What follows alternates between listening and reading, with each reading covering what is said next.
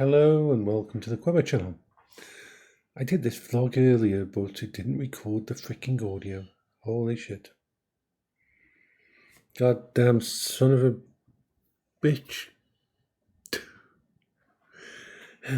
Okay. Current situation. My mum is probably in the last few days of her life. Even when you know death is coming, it's still jarring.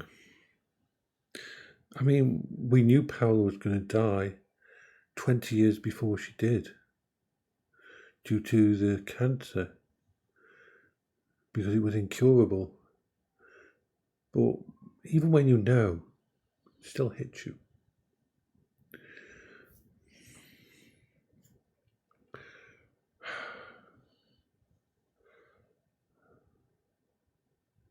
Where to begin?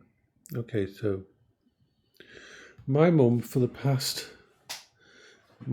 early onset dementia. Now, for the past, I would say 15 months, she's been in what I would call end stage dementia, basically to the point where she no longer had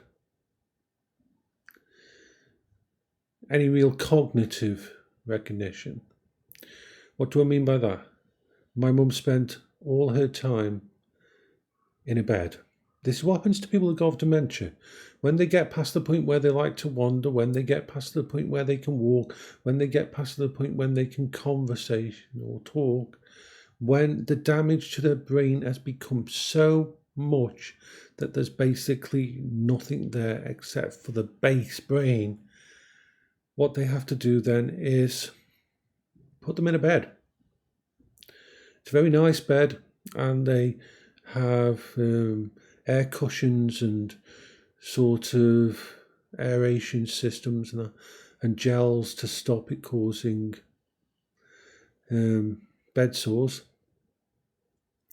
And they give them medication. This medication is to stop them moving. Why do they do that? Because you are at the point in time when they have no control or limitation to their body. What does this mean? They will punch out with full force. They will, do you know the kind of thing that happens when the idea of adrenaline and the fact that you've had mothers who have lifted cars off children and things like that? Well, the thing is this. If you try to do that right now, you have limitations. Your brain knows when to stop you so that you don't tear your tendons apart, so you don't rip your muscles in half. It knows to limit you. The problem is when you reach the end points of dementia, when the brain is reduced just to the base functionality, that all of that self-preservation stuff is no longer there. So they kick out, they can bruise themselves, they can hurt themselves, they can damage themselves. So you have to put them on medication that will stop them from having control over having these reactions. But you've got to limit it. You can't, it's a balancing act every single week, every single month, because you give too much and it could depress the functioning of the heart and the functioning of the lungs and the functioning of the stomach muscles and all of the bits and pieces here that would mean death. So you can't give too much, but you've got to give enough to make it so that they're in like a fugue state. And so for the last 10, 12 months, 15 months, she's just been laying in a bed and she hasn't been cognitive. What do I mean by that? They do lots of tests. They will, walking in the room and watching to see if her eyes follow you. Holding her hand and see if she reacts in any way, shape, or form. Touching her lips All little things to see if there's any kind of reaction, any kind of cognitive, oh, I noticed that. And there hasn't been. So this is what we write at the end of the thing, when you're just basically waiting for the body to realise that the brain is gone. And depending how healthy the person's body is, it can last for months and years. Now, the way my mum's dementia progressed was usually via seizures. As the dementia damaged more parts of the brain, my mum would have seizures, and she'd go along with this level of functionality, and then she'd have a seizure and it'd drop down. And then she'd go along here, have another seizure, drop down. She would lose bits and pieces as she had a seizure. And seizures, if they happen a lot, or you can't stop them, they're deadly. So she, over the weekend, she had a seizure, and she had another seizure, and then she had another one a couple of days ago, not yesterday morning, and it didn't stop. And they had protocols that they follow when to call the paramedics. Paramedics came and checked her. Now, normally we would say never move my mum from her care home back to the hospital, because what can we do for her? If they try to heal her, there's nothing they can do. She's going to die anyway. So what happened and what changed that was that the paramedics came on the phone, because I'm the next of kin for my mum. I'm the one who makes decisions for her. And they told me that she was in discomfort, not in pain, but in discomfort. And so that made the decision that, yes, we can't stop the seizures. They've tried everything they can to stop the seizures, and it's not working. So they actually took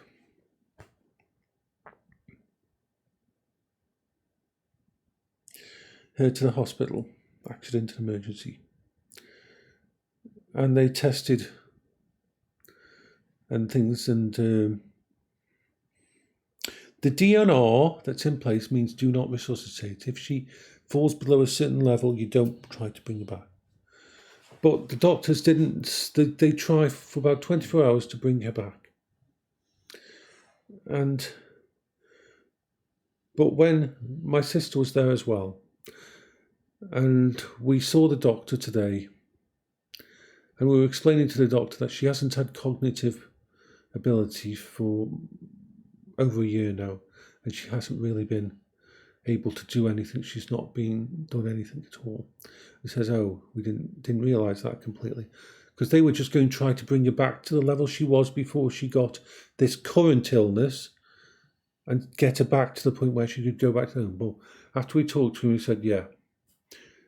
So he said, "I'm going to bring if you're okay with this," and we talked to her, and he said, "Yeah, all of us on the same page. We're going to stop all the treatment. We're going to basically stop all the progressive treatment on her." And so someone came in, turned off the heart monitor, turned off the oxygen monitor and the blood pressure monitor, turned off all of the drips, and just left the oxygen mask to stop her being in discomfort. And then he contacted the palliative care team, who will make sure that my mum isn't in pain or discomfort, and will give her drugs that will just accelerate her end. And that could take 1, 2, 3, 4, 5 days or so, depending how strong her body is. It's not her body that's the problem, it's her brain. It's gone, it's gone. There's nothing there. There's nothing to come back to. Even if tomorrow there was a cure for dementia, and they could give her the drug tomorrow and stop it, there would be nothing to come back. There's nothing left of my mum's brain. It's all just dead, most of it dead tissue now. And so we made the last decision we could make for someone, for them to pass peacefully. And so over the next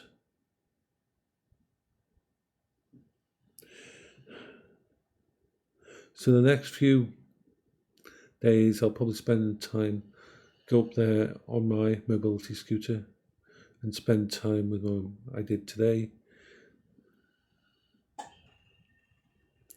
There's nothing we can do. And prolonging her suffering is not in any way for her. So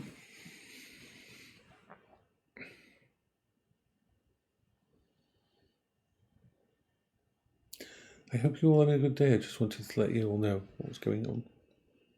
So you will see me doing quite a few vlogs, travelling back and forward to the hospital.